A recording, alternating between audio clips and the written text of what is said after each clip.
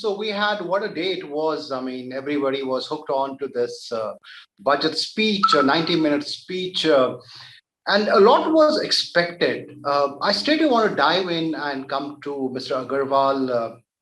So a lot of expectations were riding on this budget, and we were looking for a departure from the way green energy and sustainability has been addressed. In that context, Mr. Aggarwal, how do you see today's budget announcement? And we should also remember that the coal ministry has a larger budget than the renewable energy ministry. How far have we departed from a traditional approach, or is this a status quoist approach yet? Thanks, Ruhail, and thanks Businessworld for having me on this panel. I think what you are saying, probably what the government has shown in this budget is the intent, and the intent is literally carrying forward from what Prime Ministers often he has given a lot of emphasis about the green energy and doing the additional 300 gigawatt type of renewable energy. So I think that what the government is realizing now, that to do that additional 300 gigawatt of solar energy, we also need to put in quite a few other parts of the system, which includes manufacturing. So for example, if you see the PLI, there is a further benefit given of 19,500 crores for increasing the PLI. Similarly, if you see, there is an emphasis on the battery side. So there is significant emphasis on the storage side, because if you look at the renewable energy by itself cannot survive. So it requires storage because of the intermittency of that thing.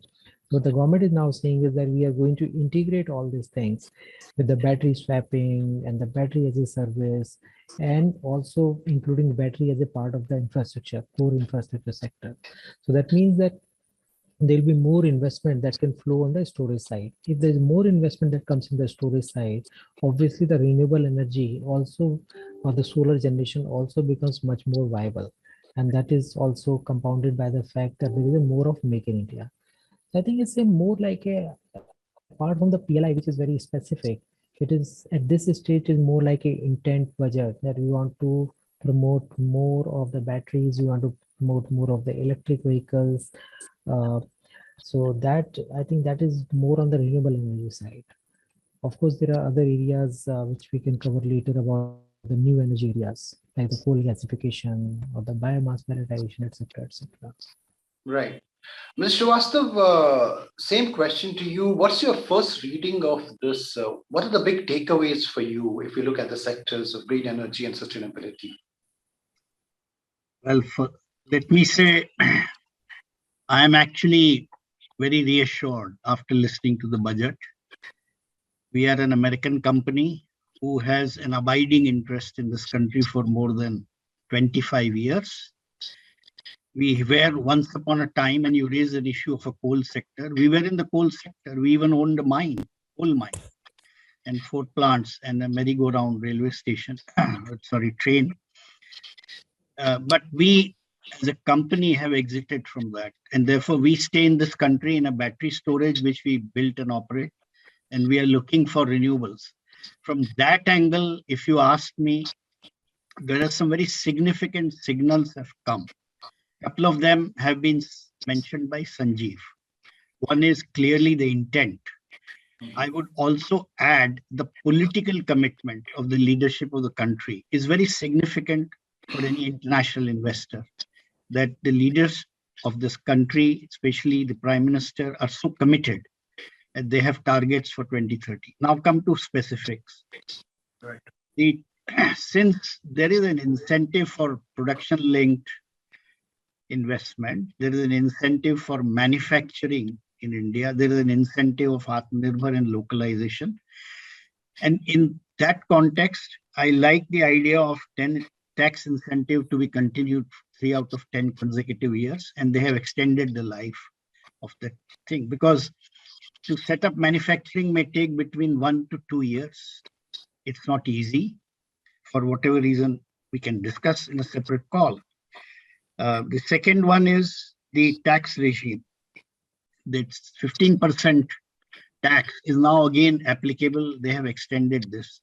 Now, the for a company like us who has to set up manufacturing, which we are trying for an innovative product, these two are very welcome steps.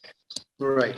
And so I would say, if you ask me at a very high level, it's a very reassuring budget. Intent is right, and the political commitment shines through the statements I've heard today. Right. Mr. Aggarwal, I just want to reiterate what I had in my point, one of the points in my earlier question, that looking at the last 4 budgets and now this, how much of departure do you actually witness? What is different? If you have to just pinpoint a couple of things, what would that be? I think one thing government is very clear is to move towards domestic manufacturing. So domestic manufacturing is a clear progression in the last 2 years or so.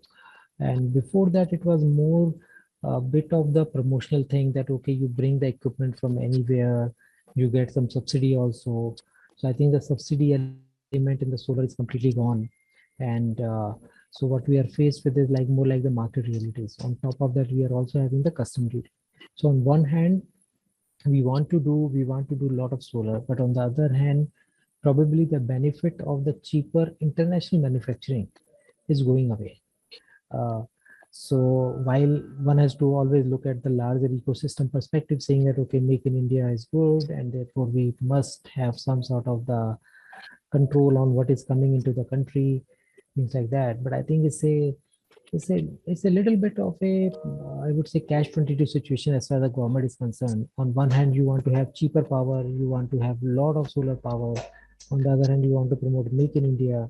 So this is not a very easy situation to balance. So I only hope that while in the past the movement has been more towards the Make in India, but probably more of this PLI scheme should go to the advanced manufacturing, including, like, obviously the finance minister talked about the high efficiency solar panel manufacturing, but similarly some of this can also go into the storage side. So because that is also going to be very important. Right. Mr. Shrivastav, looking at the 4 earlier budgets, how do you see this as a little different from how we have approached this conversation? I have a slightly different take here. Number one, the battery storage seems to have has taken the center stage. Because if at the budget level, the government is talking of battery storage, swapping and applying their mind at the strategy and the policy level, it's going to get a push. But what the factor which has not been taken into account in our discussion, and that is actually implied in all this, is that all the companies across the world, the big boys like AES, for example, or Nextra, or Onji, or Petronas, which Sanjeev is leading, they are now attracted to India. And why? Because it's not budget alone, it's a political commitment. The second big factor, which is not mentioned, this is the largest free market after America, where international companies can invest. You can't go to China. You can't go to other countries that easily. You can come to India, which basically means you have a 500 gigawatt of business, out of that 270 or 300 gigawatt of solar, and this ecosystem attracts big players, and that's the reason why you have several big companies in India, okay, including the new ones. Now, this is an implied message by continuing the policy of 4 years. The last one, which all of us have experienced, and Sanjeev has also, there's no more funding for polluting business. That is a coal. You can't do this by the investors who are supporting AES worldwide, will not give us a single dollar if we continue to do what we used to do. Now imagine all these factors come together. India provides the ripe, fertile market. Government promotes policies, gives intent, political commitment. What more you want? At the second level, tax incentives. So I would say, please recognize these points.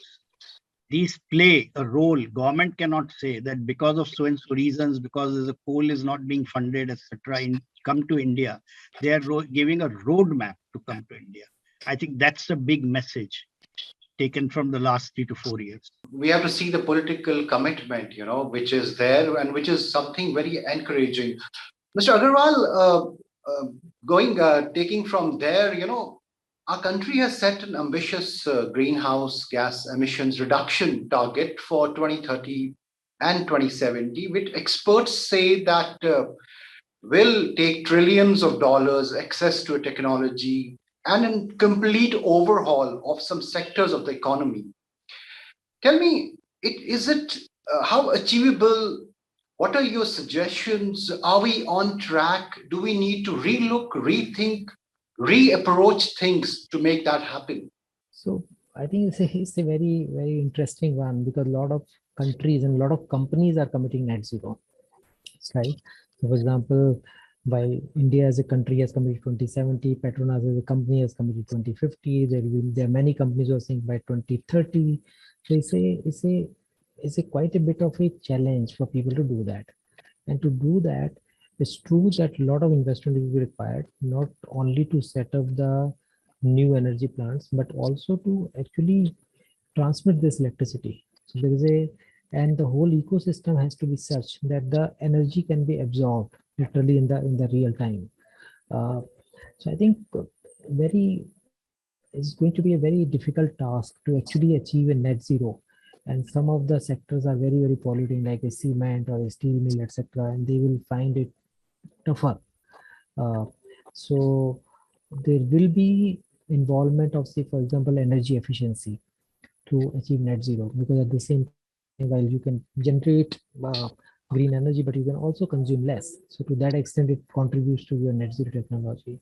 Similarly, you may also have quite a bit about like a lot of this energy can be also used in the hydrogen side. So you can use this renewable energy to produce hydrogen, and hydrogen can take away a lot of the methane combustion and other things. So there is going to be a complete ecosystem which will be at play, including replacement of the fossil fuel like petrol, diesel, etc. in the vehicles. So electric mobility will be the one area again which will contribute to all that. So I think again, when you look at the statements which are like 50 years ahead, these are more again the intents. Conjectures. You can't really even divide like 2% every year. You can't really say that. So a lot of technology, a lot of related scale, economies of scale, a lot of financing has to fall in place for these things to happen. So Right. I think these are all like 20, 30 years ahead, are all like again the statements of intent. Mr. Shrivastav, has this grant, these announcements and these ambitious plans reduce greenhouse gas emissions reduction targets that we set? Do you think sometimes they are just grandstanding, or does it really sound achievable? I mean, or they're just political sloganeering at times? I'm not going to be enticed by your statement about political sloganeering, because these are serious matters. We are discussing carbon abatement. We are discussing COP26 commitments at a national level to the international treaties. The question, of course, that you are asking is that are they achievable? I think let's address that.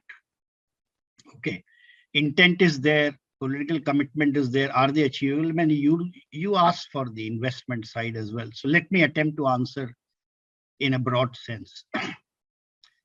The targets that are set up by India of 500 gigawatt by 2030 is a mix of not only solar, but wind and few other areas.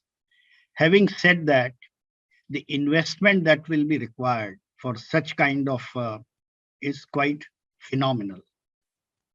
And therefore, the next level to ensure that the investors invest in India, including companies which are like Sanjeev and mine, in a big way, is to figure out what is the next level of facilitation. So one was ease of doing business, which seems to be working reasonably well. It's not flawless. We also face a lot of hurdles. But what about that? I was hoping Sanjeev to say that, but I'm telling you, the much bigger challenge is regulators. For them to visualize that they are part of the solution and not sitting in terms of judgmental role all the time, even though they are mandated by law to facilitate growth of a market. So renewable, which is purely 100% private investment, so far is 50 gigawatt. You need another 300 gigawatt in few years. And we need to add energy storage, is crying for rapid regulatory guidelines, rate basing, rewarding, make it in remunerative. So at a budgetary level, government is very clear of the intent, their political commitments, and they are giving tax breaks, they are giving incentives. But what a company like mine or Petronas do, if we do investment decisions, we need a roadmap, a runway in order to succeed, to take it off the ground. So renewable solar, even today, as Sanjeev said, we have challenge because import duties and ecosystem is not there to locally procure them. So to answer this question in order to connect all the dots is that government has to now look at very carefully what are the mechanisms to deliver on the promise to retain the interest of investors, and are there various organs, including regulator, playing a complementary role at a given speed? I'm afraid today the answer is no, it's not. Very valid point, Mr. Shrivastav. I mean, this I want to really get Mr. Aggarwal to also answer that regulatory framework. You know, apart from intent and political support, the regulatory framework is something that will ultimately decide the pace and the possibility of all those initiatives. Mr. Aggarwal, how do you see that? Is it facilitatory or does it sometimes pose roadblocks? Do you have anything to tell the regulators the way they approach it? Yeah, so the regulatory system is unfortunately something which is directly linked to the politics. Ideally, it should be completely neutral, but the way the whole system is devised, that okay, I want to give free power, I want to do that, I want to do this, regulators' hands gets tied up. Because on one hand, if you are giving free power or concession to some parts of the society, then obviously you have to keep on doing something else. But something else means like you have to keep on, if either the distribution companies come under some significant stress, which is the situation today also. So if you see the outstanding of the distribution company, which is like more than 1 lakh crore, there is a problem for the regulators to match that financial mathematics. There is a clear problem in the hands of the regulators. So on one hand, we expect that the market should be opened up. On the other hand, the politicians expect that the sector should be controlled. So again, a very difficult thing to balance. But now coming back to budget and what the central government can do, given that this is a concurrent subject and the states have their own powers and the center can do only very little actually, to be honest, in the electricity sector of the states. Government is actually trying to do by making the statement of intent clear and putting some checks and balances. Like, for example, if you see that 0.5% of the state fiscal deficit can be used towards the strengthening of the power sector for the power sector reform. They can have higher fiscal deficit of 0.5% if they are giving that money for the specific power sector reforms. So that is something which the center is willing to do.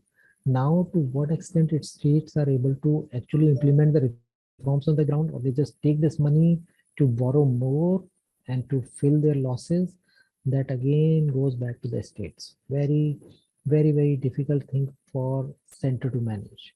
And this is a problem which is lingering, and this will probably, in my opinion, I don't see any near-term solution. Mr. Srivastav, would you like to add something for the regulatory side of it? I mean, the way they approach this issue. Anything you want to add on that front? I have a first-hand experience of dealing with regulators for almost 7 years, attending their hearings, even sometimes standing up to argue the case. It is difficult to be judgmental here because different regulators approach things differently. But let's come to the battery storage, which Sanjeev and me are regularly grappling.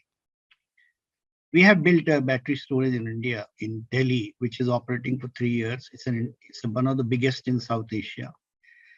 What we think is that it has suddenly become too technical for regulators to understand what is that this device is and how does it work. At a macro level, yes.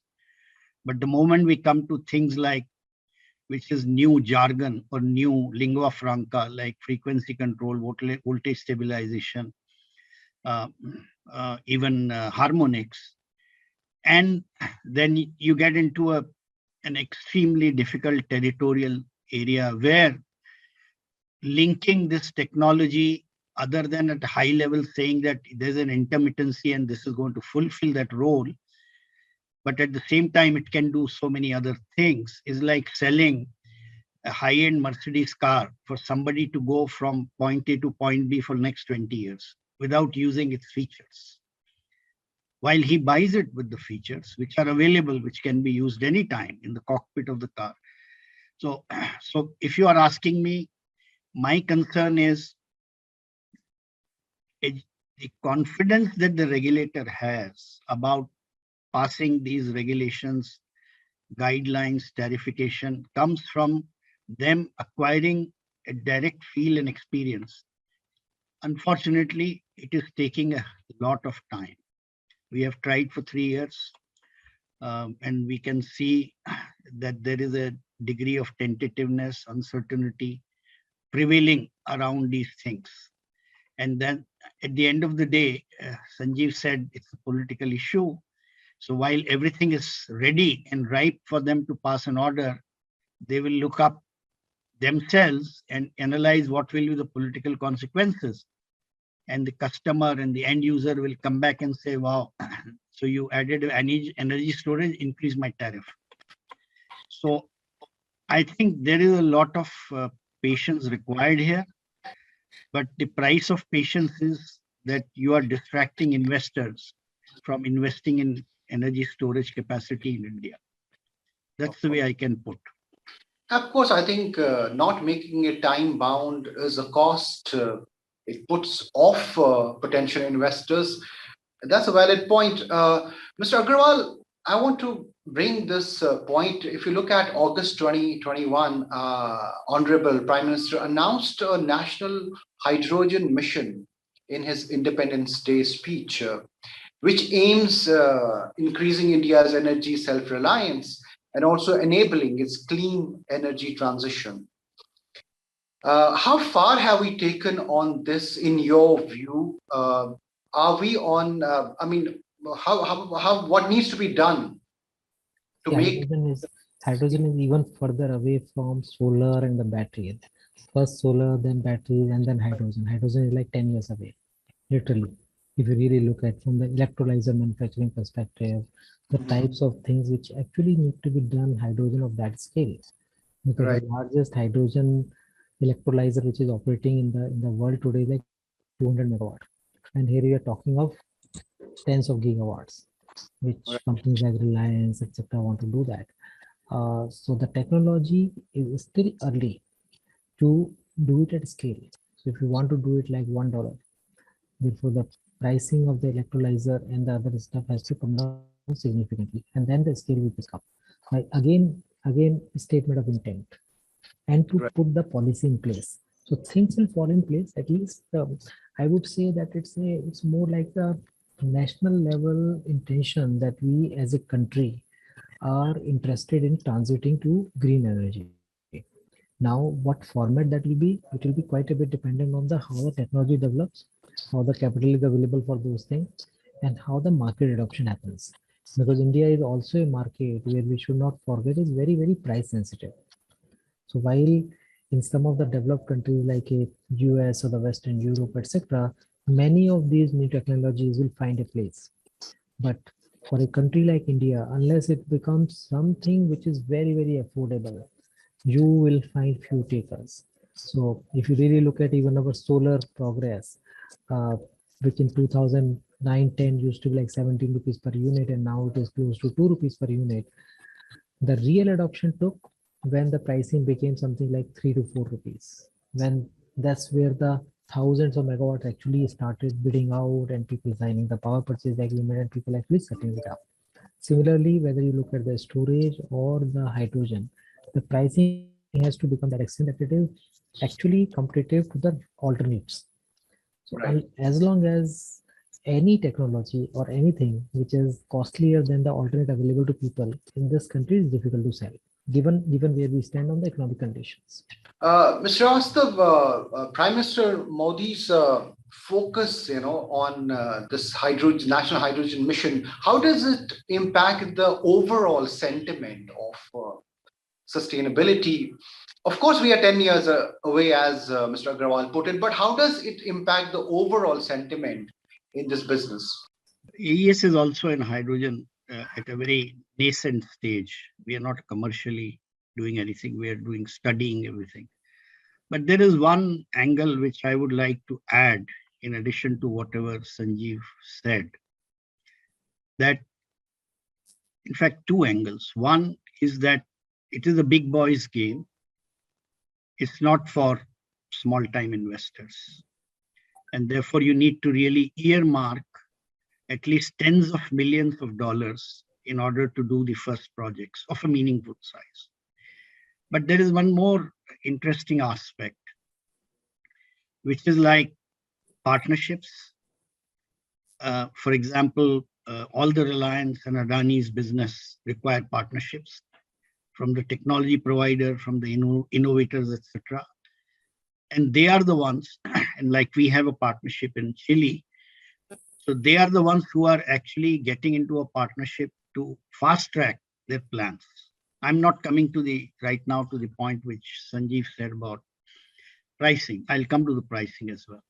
So this is the first angle that is very important, that this has caught the attention of the big boys, including in India, with companies like Reliance, who can afford to put certain few tens of millions on the table. Number one. Number two, if we succeed in India, sorry, I have a bad throat. If you succeed in India, you actually succeed in a local context with the local people, local technology, local vendors, local supply chain, and what have you. And I expect that to create that secret sauce to become competitive within India and also worldwide. So let's see a scenario where a company like ours co-creates this business or a solution in India, in Indian context, with the complementarity of a partner. There is a chance that we will accelerate to the target, which like $1 per kg or something, maybe in next 10 years. We don't want to lose sight of this fact. It doesn't matter what the government says. The genie of hydrogen is out of bottle. It has caught the attention of all the companies in the world, not only in America, India, but also in Europe. Each one has its own way and ecosystem. But for India to succeed, we really need Reliances and Adanis and people like Sanjeev who have the guts to take the risk, and companies like AES who are looking for a local partner. So if that answers your question, I am happy. Otherwise, I can elaborate further. Absolutely no. The genie is out of the bottle.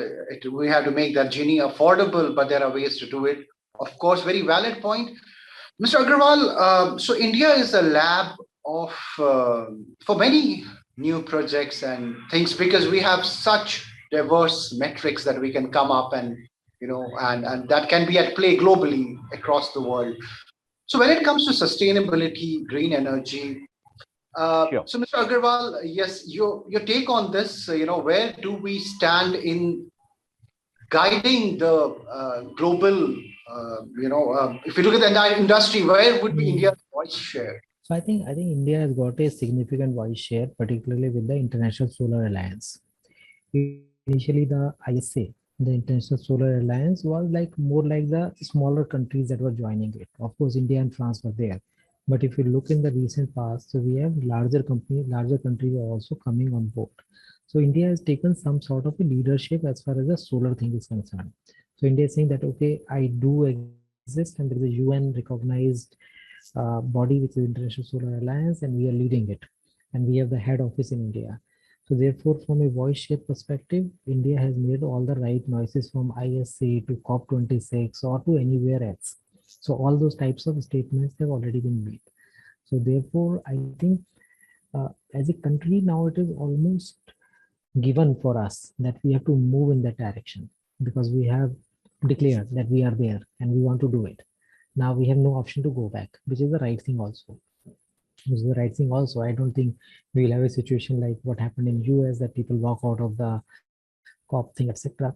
Whatever was signed, people are not willing to sign it. But I think from the overall strategy perspective, overall right direction perspective, I think we'll continue to move forward there. And given the size of our economy and the number of things that we can offer to investors, so people will find it attractive to come here and explore and see what can be really done.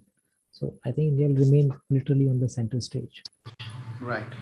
Mr. Srivastav, how far do you agree with this? Any new points that you would like to add?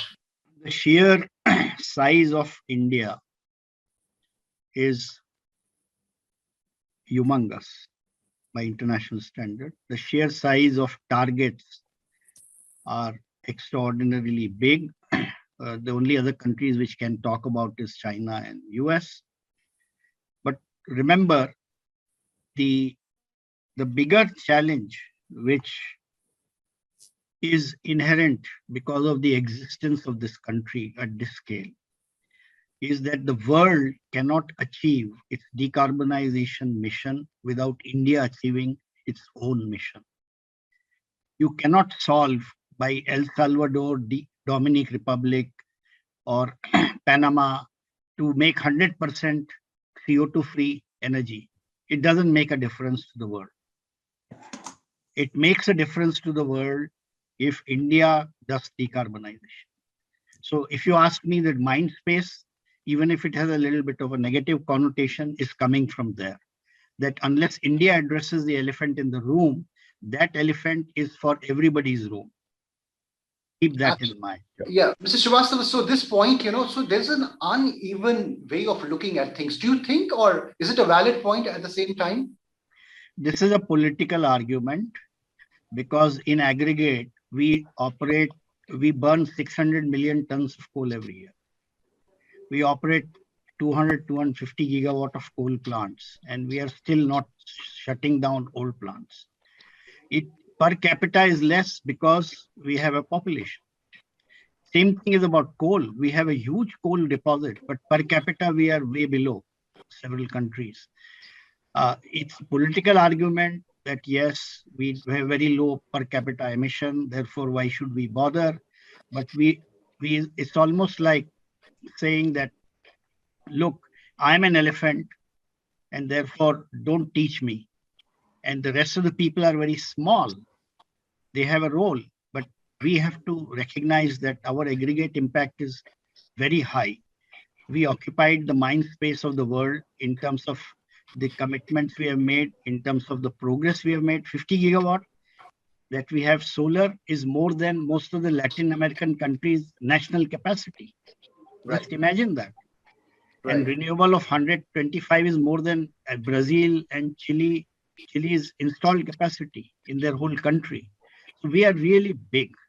And our taking this an argument from a statistical point of view may sound very attractive, but the overall impact is significant. So I would say you are right, but you are also not totally right. Fine print is very different. Mr. Pande, I want to get you in here. Just combining a couple of questions for you since you joined us late. One is, you saw budget speech, everyone was hooked onto it. How your key takeaways for the sector of and the conversations around green energy and sustainability? See, the energy transition and the climate change, what they have done is for solar power, they want to achieve the goal of 180 gigawatt by 2030. That I think should be achievable, by the way, at the speed at which India is working. In fact, PFS also is working mostly on renewable energy sector. We are funding projects in the renewable energy sector itself. And another good thing that they have come out in the budget is about action plan for end of life vehicles and toxic hazardous waste, waste management, oil waste, things like that. That is also a very good thing, because the kind of waste we generate is humongous. And in fact, even since I'm advisor CSR also here, there are a lot of projects we do waste to energy management. So waste to energy. I mean, that is one thing which I think many of the corporates should take up, because that will take care of the waste and also create energy and energy which is not pollutant to the world. Then about they are having some 4 pilot projects for coal gasification to decide technical and financial viability. That is also one of the ideas. Though I have not, in fact, it is a bit, frankly, a bit too early to discuss the budget in detail. As Right. such, I think we'll yeah, all be getting into that analysis exactly, exactly. later part of it. But let me start my next question with you, Mr. Pande. There's a lot of focus on EVs, and some people say we are in the slow lane. The EVs are in the slow lane. If you see, India has less than 1 million electric vehicles. By 2021, I'm saying the statistics of December 8. How do we address this? While we have big ambitions, we have the will, we have the political support and will. How do we ensure that we are on track of it and addressing it effectively? I think we probably need to give some more funds and ensure that banks give more funds to the EV manufacturers. Though some like Mahindras and all that, they have come up with pretty big projects. And second thing, we need to, this might be a little controversial, but then maybe make petrol a little more expensive so that people shift to EVs. Another thing is EV, the problem is the charging points. Charging points is a major issue, because EVs, if you have to run across the country, you have to have charging points at every, every kilometer or 5 kilometers or something like that. Another point with EV is that their maximum capacity to run is only about 150, 200 kilometers once they are fully charged. So that capacity, I think some research has to be done by the vehicle manufacturers, so that that can increase to at least 500. Like suppose in Mumbai, for example, if you're traveling and you are stuck in a traffic jam, which quite happens quite often in the morning or late evening, I mean, what do you do? And suppose all vehicles are electric. Suppose 10 vehicles are electric in that traffic jam. What do you do? So at least minimum 500, that research has to be done to ensure that one EV runs at least 500. But then I think EV is the future, and it should come up pretty well in India as well. Right. Mr. Aggarwal, how do you see this entire focus on EVs? What all needs to be done to make it more adoptable, more at mass, more prevalent? Yeah, I think EVs is clearly the way forward as far as the entire energy transition is concerned. So because it's not only about the solar that we are talking about, it's also how we are going to use that solar. Because we when we talk about the storage plus solar, we have to also remember that every electric vehicle has an inbuilt storage.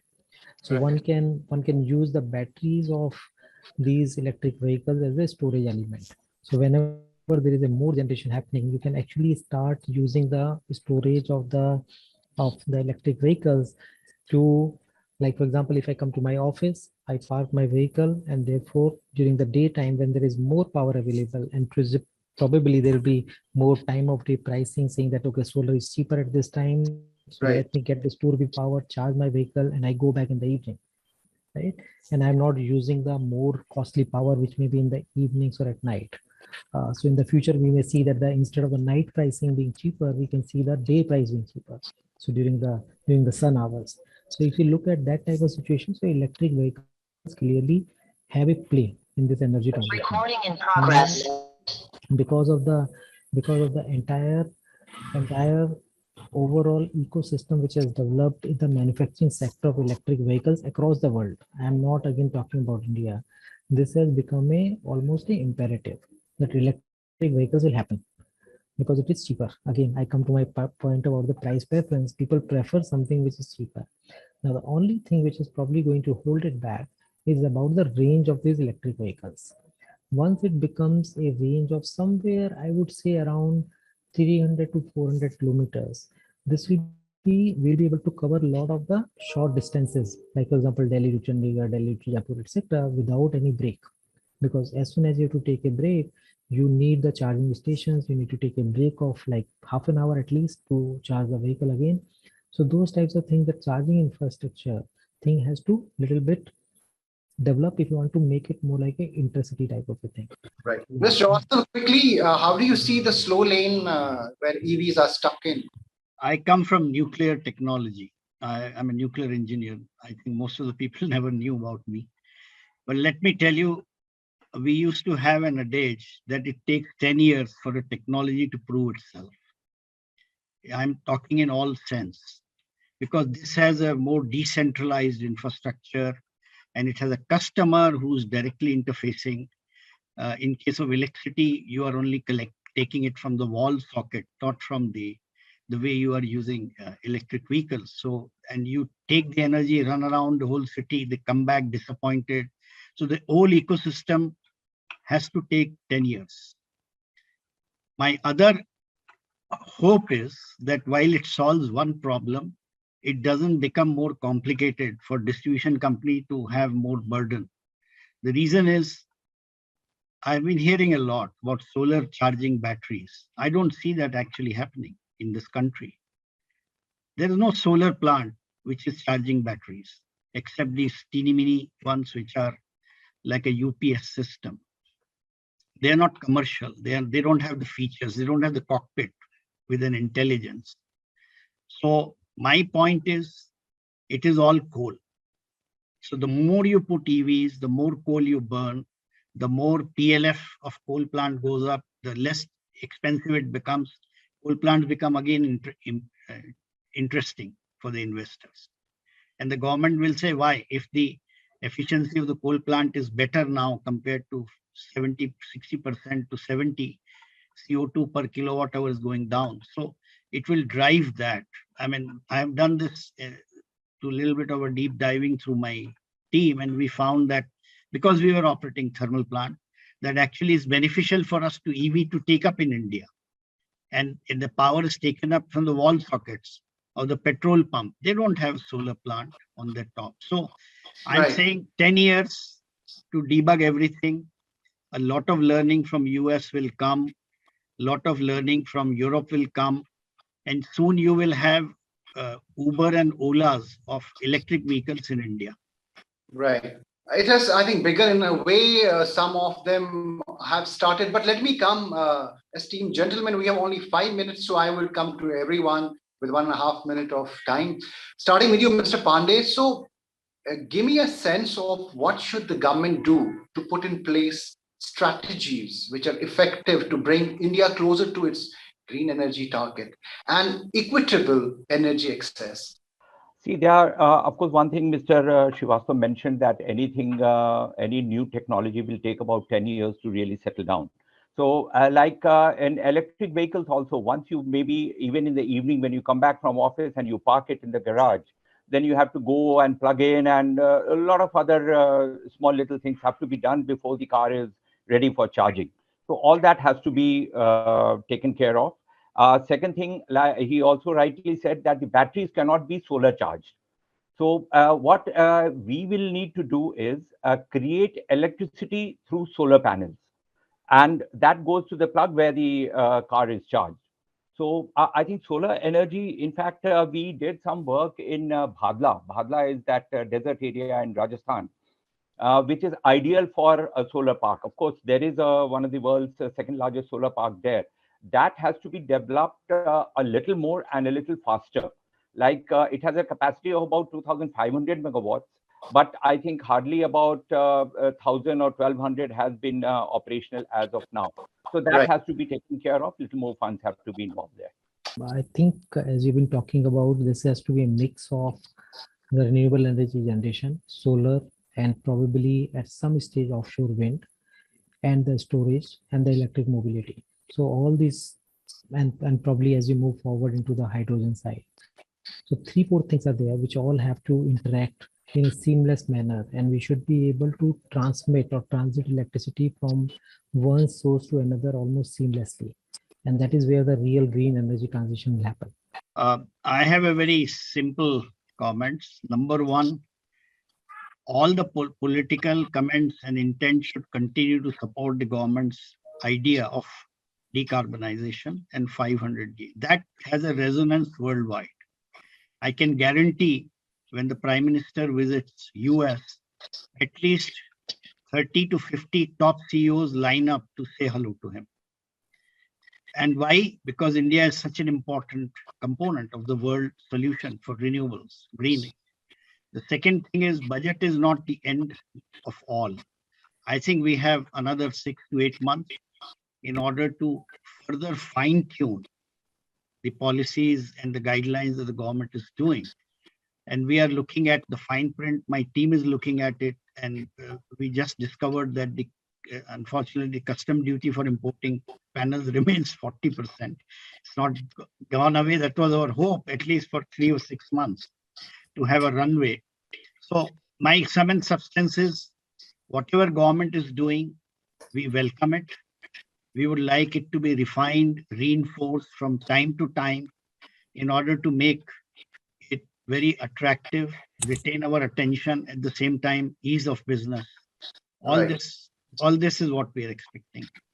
Thank you so much, gentlemen, for sharing your thoughts and joining us today. Thank you, Mr. Aggarwal, Mr. Shrivastav, and Mr. Pande for joining us.